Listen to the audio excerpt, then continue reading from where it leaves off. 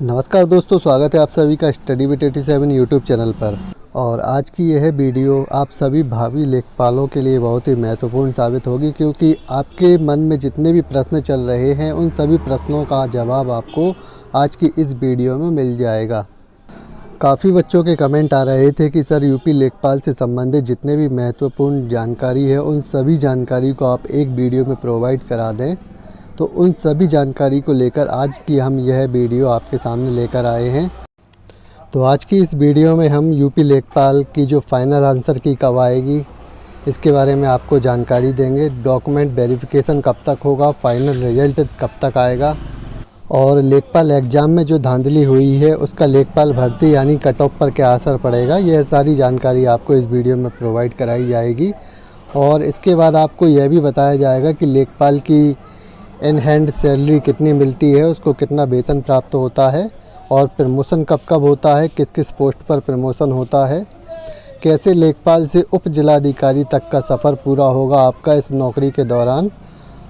आपको लेखपाल की जॉब में आपको गृह जनपद कैसे मिलेगा, लेखपाल की ड्यूटी का क्या टाइम है, कितने घंटे ड्यूटी करनी होती है, कौन कौन सी छुट्टियां मिलती हैं, और आगे की तैयारी के लिए अगर आप ऑफिसर लेवल की तैयारी करना चाहते हैं, पीसीएस लेवल की तैयारी करना चाहते हैं, तो कितना समय आपको मिलेगा कि आप तैयारी कर सकते हैं। यह सारी जानकारी आज आपको एक ही वीडियो में प्रोवाइड हो जाएगी। तो ये सारी जानकारी पाने के लिए आप वीडियो में आखिर तक बने रहिए। तो चलिए शुरू करते हैं। सबसे पहले फाइनल आंसर की कब तक आएगी इस पर चर्चा कर लेते हैं। तो सबसे पहले आपको बता दें कि जिन प्रश्नों पर विद्यार्थियों द्वारा आपत्ति दर्ज कराई गई थी उन सभी प्रश्नों पर आयोग द्वारा एनालिसिस किया जा रहा है, और जल्द ही आपको जो फाइनल आंसर की है देखने को मिल जाएगी। और आपको बता दें कि यूपी SSS आयोग के एक सदस्य से जब हमारी बात हुई तो उन्होंने हमें बताया कि जो फाइनल आंसर की है वह आपको सितंबर के दूसरे सप्ताह में देखने को मिल जाएगी। अगर दूसरे सप्ताह में किसी कारणवश यह जारी नहीं हो पाती है तो चौथे सप्ताह में आपको देखने को मिल जाएगी। तो इसका अर्थ यह है कि आपको सितंबर में फ़ाइनल आंसर की 100% देखने को मिल जाएगी। और इसके बाद आपको बता दें कि फ़ाइनल रिजल्ट या डॉक्यूमेंट वेरिफिकेशन कब तक होगा। फ़ाइनल आंसर की के बाद आपको बता दें कि डॉक्यूमेंट वेरिफिकेशन के लिए जो कट ऑफ जारी होगी वह आपको दिसंबर तक देखने को मिलेगा, और डॉक्यूमेंट वेरिफिकेशन के लिए आपको जनवरी में बुलाया जाएगा। तो अभी भी आपके पास 4 महीने हैं। अगर आपके किसी डॉक्यूमेंट में कोई कमी है या कोई डॉक्यूमेंट तैयार नहीं है तो उसे आप बनवा लीजिए, ताकि डॉक्यूमेंट वेरिफिकेशन के समय आपको किसी भी तरह की कोई प्रॉब्लम ना हो और नियत समय पे आप अपने डॉक्यूमेंट तैयार कर सकें। और अब सबसे बड़ा प्रश्न जो सभी बच्चे पूछना चाहते हैं कि अगर सर पेपर में बड़े पैमाने पर धांधली हुई है, पेपर लीक हुआ है, तो लेखपाल की जो कट ऑफ है उस पर क्या असर पड़ेगा।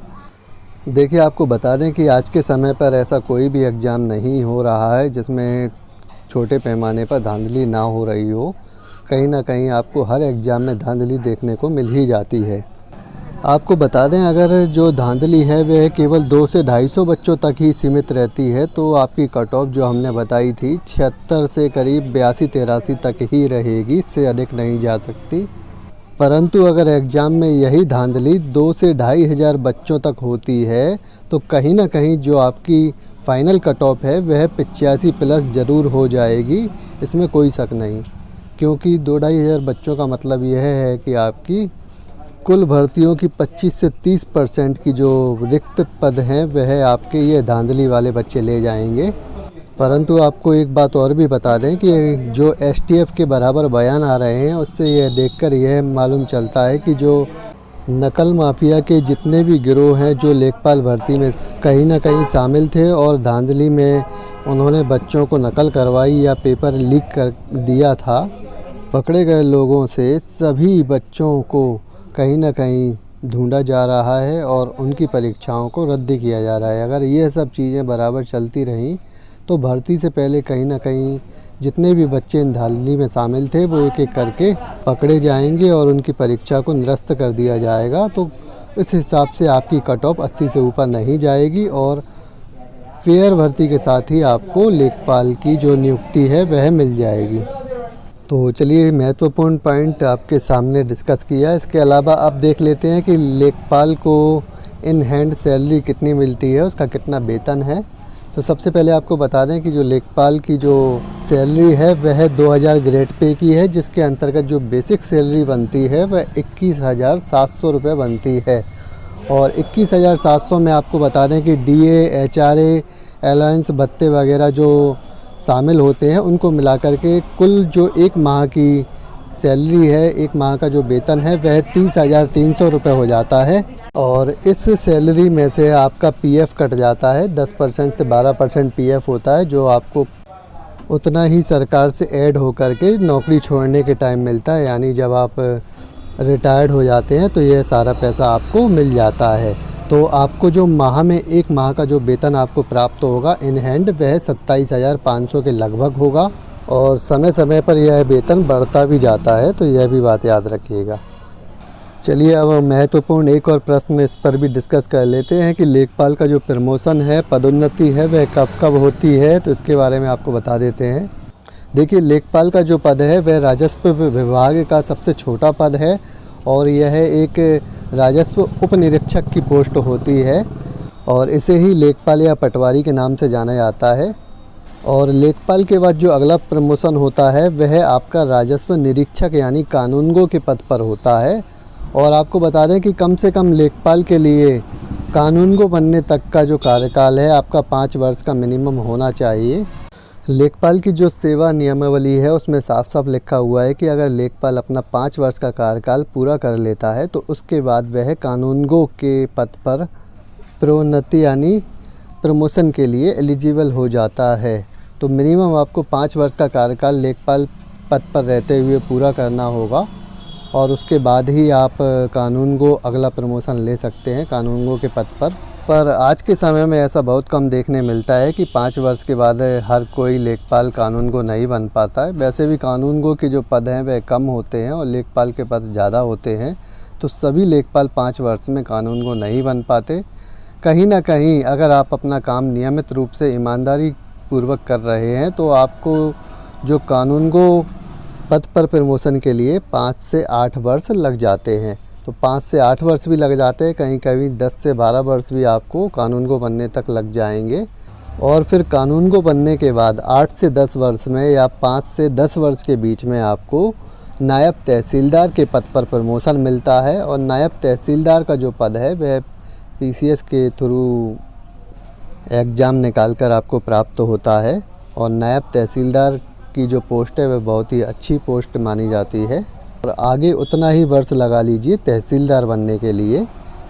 तो इस प्रकार से लेखपाल का प्रमोशन होता है और ऐसे ऐसे पदों पर होता है। तो यह सभी जानकारी हमने आपको दे दी है। अब इसके बाद आपको बता दें कि यहाँ लिखा है कैसे करें लेखपाल से उप जिलाधिकारी तक का सफ़र।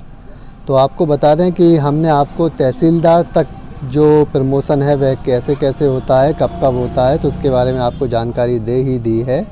और तहसीलदार के ठीक ऊपर उप जिलाधिकारी का पद होता है जो राजस्व विभाग में, और इस तक आप कैसे पहुंच सकते हैं तो आपको बता दें कि अगर आप लेखपाल में 20-21 साल में भर्ती हो जाते हैं तो आप ज़्यादा से ज़्यादा नायब तहसीलदार या तहसीलदार तक ही अपना प्रमोशन करवा सकते हैं। आप उसके लिए उप जिलाधिकारी तक नहीं बन सकते या उस पद तक नहीं पहुंच सकते।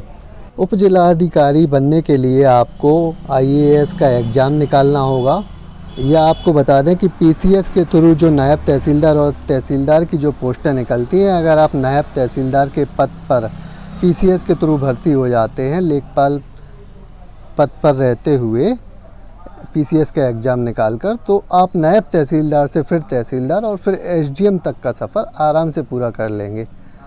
और इसके लिए हम आपको आगे बताएंगे कि क्या लेखपाल के जो कार्यकाल के दौरान आप लेखपाल की ड्यूटी करते टाइम क्या आप तैयारी कर सकते हैं, क्या आपको इतना समय मिल सकता है, तो उसके लिए भी हम आपको आगे पूरी जानकारी देंगे। अभी जो प्रश्न आगे दिया हुआ है उसके विषय में देख लेते हैं कि कैसे मिलेगा गृह जनपद।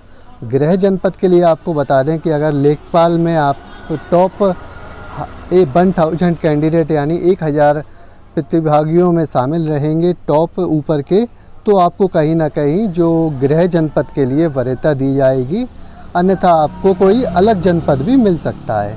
और अगर अलग जनपद आपको मिल गया तो कम से कम आपको 5 वर्ष का वहाँ अपना कार्यकाल पूरा करना होगा, उसके बाद ही आप ट्रांसफ़र करवा सकते हैं।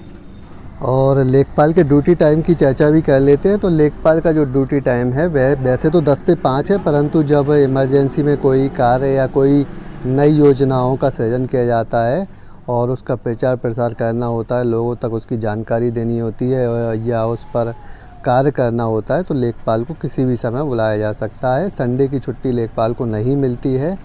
और इस दौरान जो समाधान दिवस थानों में आयोजित होता है उसमें भी लेखपाल को शामिल होना ज़रूरी होता है। तहसील दिवस पर भी लेखपाल को शामिल होना आवश्यक होता है। और इसके अलावा कुछ दिन वह क्षेत्र में भी काम करता है। तो कहीं ना कहीं लेखपाल को अगर 10 से 5 की जॉब अगर आप मान के चलते हैं तो आपको 5 से 6 घंटे आपको तैयारी के लिए मिल जाते हैं, तो आप आगे की तैयारी कर सकते हैं। तो 5 से 6 घंटे का समय मुझे लगता है कि अगर आप किसी भी एग्ज़ाम को दे दें तो आपका एग्ज़ाम क्लियर हो जाएगा। बस आपको उस हिसाब से ही अपनी तैयारी करनी होती है, जिसे आप स्मार्ट स्टडी कह सकते हैं। तो चलिए, ये सारी जानकारी हमने आपको इस वीडियो में प्रोवाइड करा दी है, जो जानकारी आप पाना चाहते थे। और इसके अलावा भी अगर आप कोई जानकारी लेना चाहते हैं जो आपको इस वीडियो में उपलब्ध नहीं हो पाई है, तो उसके लिए आप कमेंट कर सकते हैं। मैं कमेंट में आपको आपके प्रश्न का उत्तर दे दूंगा।